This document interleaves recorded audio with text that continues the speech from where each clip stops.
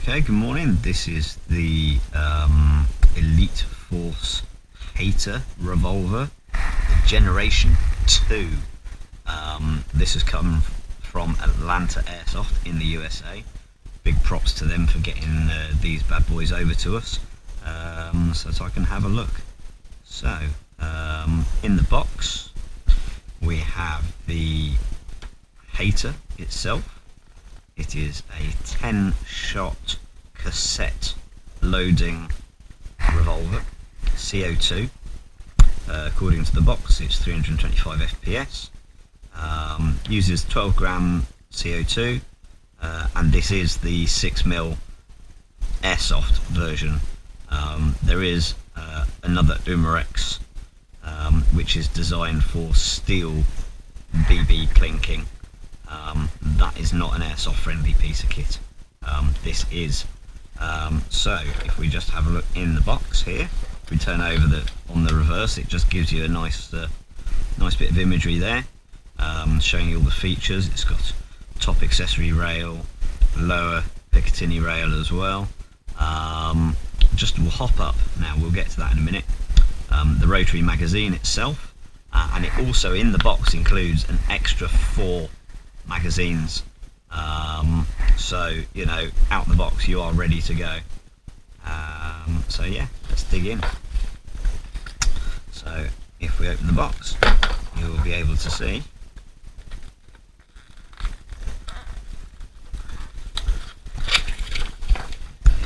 voila. So it comes with the standard Umarex manual, no Chinglish. This is done for the US market, and as a result of that, reading and writing of it is very, very good indeed. As you can see, instructions on how to load the CO2 capsules, operation, etc, etc. So fantastic manual there. Throw that to one side. Bit of bubble wrap, and here it is. So this is fresh out the packet. Comes with the Umarex Eliteforce 30-day warranty. Don't really know if that means anything, frankly. It just means, I guess, if you've got dud out the box, then they'll do something about it. But here we go. So this is very nice indeed. Feels a good weight in the hand.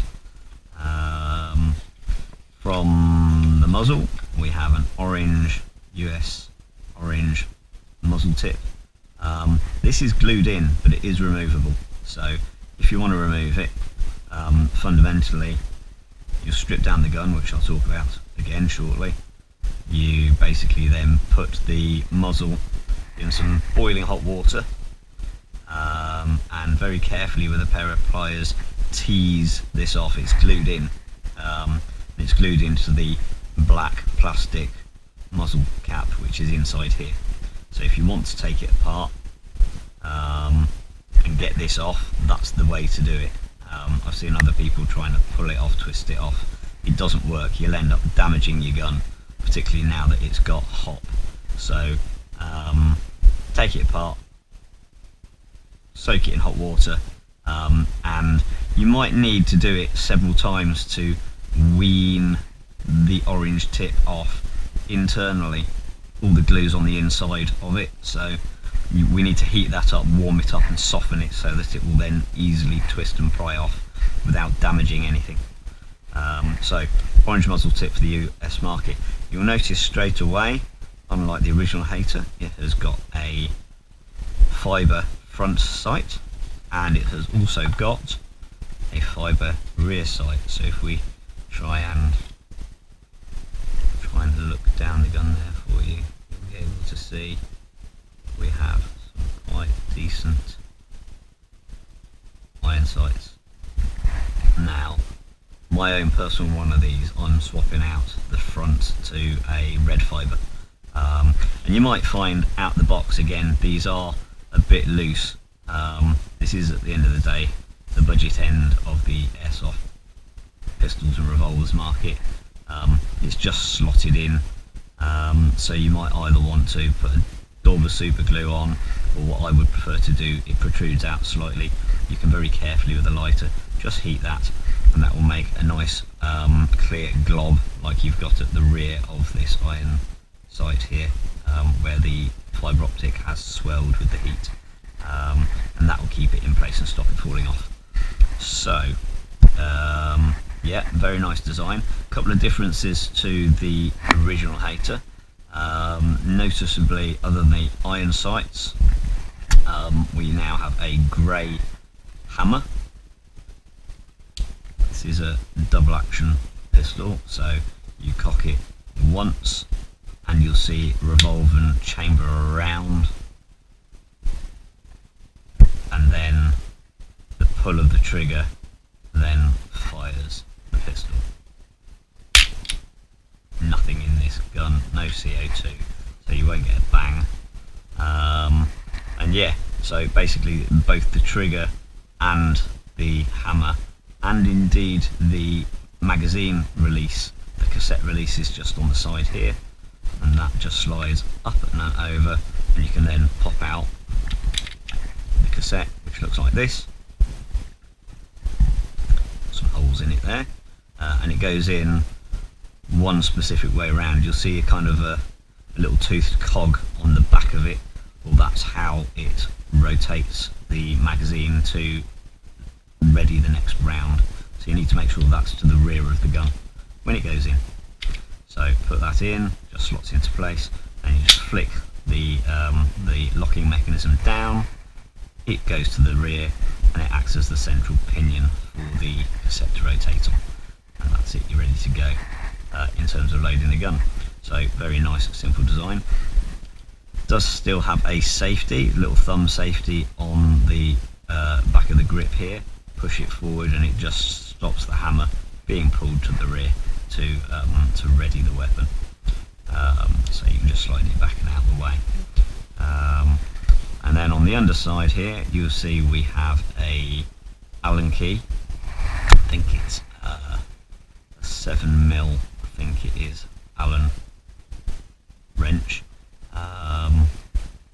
And then there's a little thumb insert, and you basically, to put CO2 in, hold it upside down like this, pop one half of the grip off, which just comes away like that, and here's your recess for your CO2 bulb.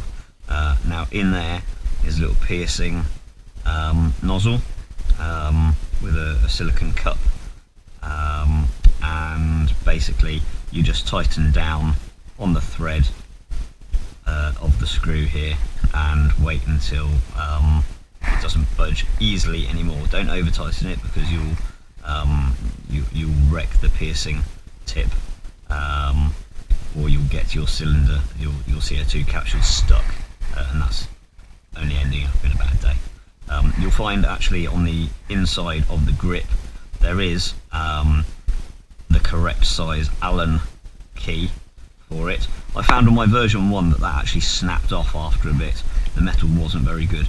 I get the impression that this one is a slightly better quality alloy. It's still a zincy type alloy, or maybe even a cheap aluminium, but it does look like, from my initial impressions, that it is a better quality one. Still, me personally, I'll be running a proper set of Allen keys, and I just use this. Shots out of this gun, I've had a good 70 to 80 rounds out of one CO2 capsule, possibly even more on a good day. So you're not going to be changing this every 5 minutes, but obviously that's how you do it. Now, talking about takedown, at some point someone's going to want to take this apart for whatever reason, and it's really straightforward to do. So on the opposite side to the mag release, you have got 1, 2, 3, 4, 5, 6, 7, 8 screws, and you take those ones out first. Make sure it's safe, make sure that the magazine is removed, because it'll only fly out if you don't.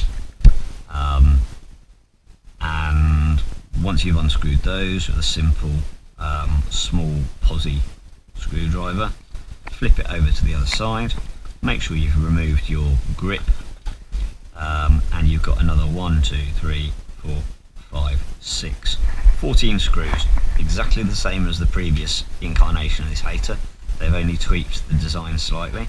So once you've taken all of those screws out, doing the offside first and then the capsule side, or the magazine loading mech side, then you're ready to basically part the gun in two, and it literally comes apart in two. So do it on a flat surface, look for a seam line, try and get your thumbnail in there. The trigger guard is actually a split design, so half of it will come away with the with the top section, and the other half will remain as the second half. And in true Blue Peter style, if I put this one, just put that back together there.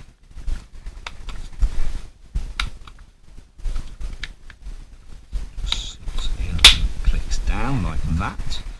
In true Blue Peter style,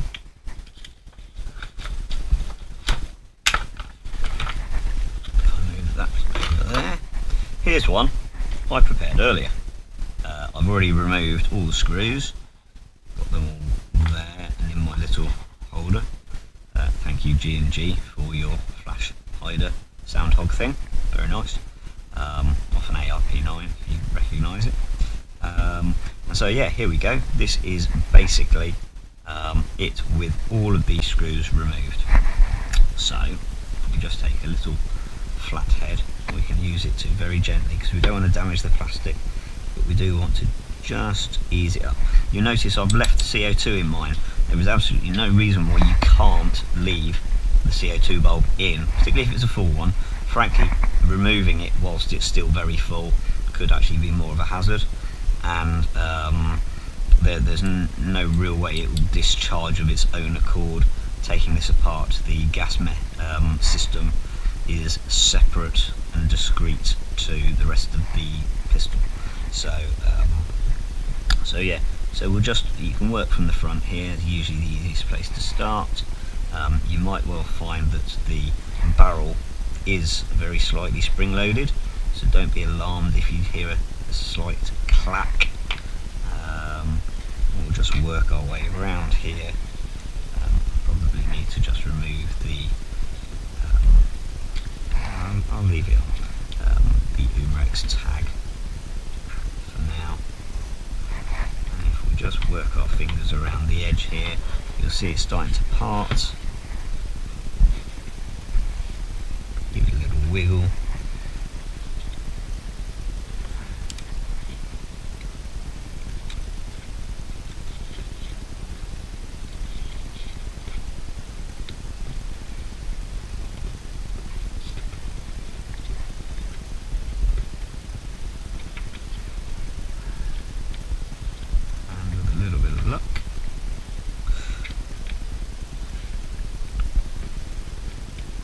For reference, by the way, you want to make sure that the trigger actually comes away with the top section, and because we've got this fibre sighting, we might just need to lift it up and slot it out, because it bridges on the version 2, the Gen 2 actually bridges the gap, the divide, if you like, between the two.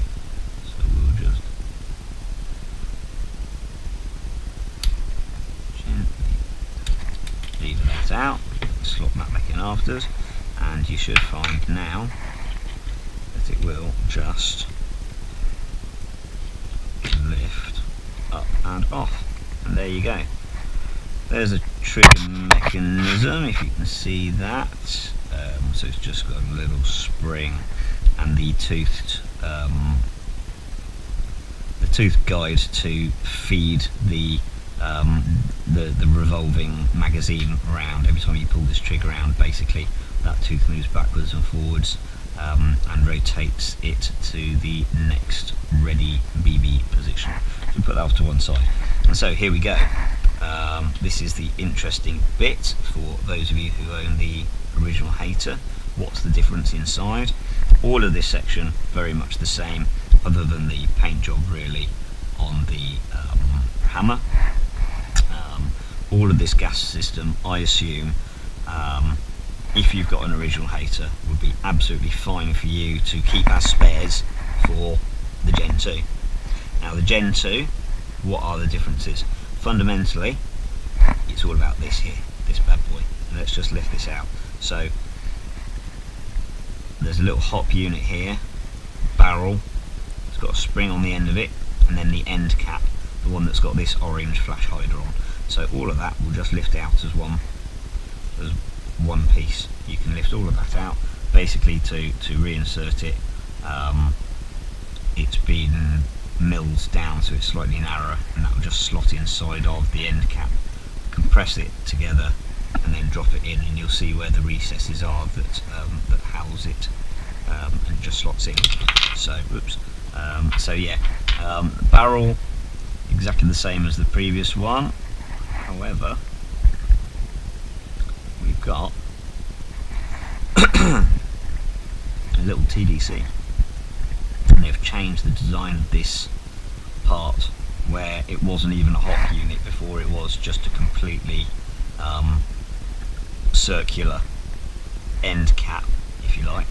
Now they have added a little metal hop nub with an adjustment screw and a small piece of rubber. It's reminiscent of the fixed hop that you find in tri-shot shotguns. So yeah, interesting stuff. Basically, you do get an Allen key with it in the box. I'm not going to go and dig it out now, but you do get one. And basically, that's what they've done with the barrel. See that? They've basically just taken the edge off it, taken the top half off, and they've put a half bucking. It doesn't sit over the barrel like a standard AG or even a VSR or gas one does. It just sits over half of the barrel. So interesting. I don't know what it would mean in terms of air seal. It might well be worthwhile removing it, putting a little bit of PTFE around it just to hold it in place and to give it a better air seal. There's a little bit of build up of some factory muck and dust. I would run a cotton bud, a Q-tip around the inside of that, just to give it a clean out from the factory. But yeah, single nub design, if you can see that in the camera.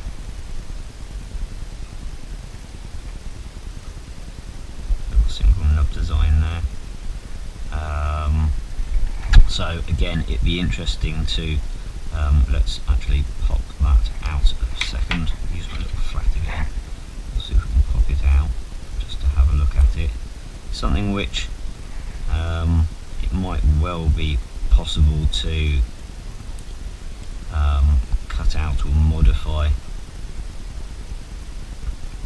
a similar patch from an AEG bucking or something similar. There's room to tinker with that. As you can see, very, very simple in design. It's got a slight recess there for the hop nub, which is actually double pointed, interestingly. I think only because it's hollow, because it's got a hole for the thread of the screw. But basically, it just pushes down on that nub there, and yeah, that's applying your hop, TDC style. Unlike, if you look at the location of it, it's actually across this back section here. A lot of the TDCs were done kind of in this section here. I know the Brain Exploder guys did a TDC video, which is quite popular, and everyone's kind of put the hop about this point here, milled out a section and basically put an R hop over it, but they've actually put the hop more traditional location over the entrance to the barrel. So interesting that they've decided to go down that route. I'll do another video hopefully where I get my Gen 1 and we'll look at the structural differences between the two and see whether it's actually possible to replicate this hop setup of a fashion, and see where we go with that. But yeah, very good, nice simple design. Props to Umarex for listening to the people and actually adopting a hop setup, because without it, frankly, the hater can't dish out much hate, to be fair. It's you're going to get more hate from the user than you are from the gun, just because it's got no range at all. Whereas this, plinking in the back garden, 30 meters straight, not a problem. I was using heavier ammo, around a 0.3 gram BB, and yeah, that seemed to do the trick nicely. Might even say you could go up a little heavier, maybe a 3.2, something like that, and it was tossing them out quite happily. So I'm just refitting that hot patch. We don't want it wonky, otherwise BBs will be going everywhere. And yeah, so there we go. That's the takedown. Reassembly should be relatively straightforward. It's just a reversal of my video. So there we go. The Hater Gen 2 from Umarex, under the brand Eliteforce. So yeah, a nice little piece of kit, something different for you to see out on the field. Any questions? Drop us a message or leave a comment in the link to the video. Cheers.